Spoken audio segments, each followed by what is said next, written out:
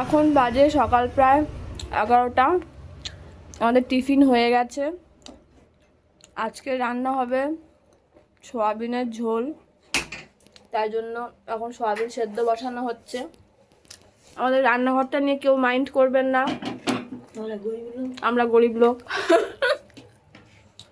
এখানে কাটা হয়েছে উচ্ছে আলু ভাতে, না আর পেঁপেটা কি করবে দিদা? পেঁপে ভাজা, সয়াবিনগুলো আলুগুলো সেদ্ধ বসানো হচ্ছে। আর টমেটোটা কি হবে? সয়াবিনে টমেটো ব্যবহার হবে, আর পটল ভাজা হবে।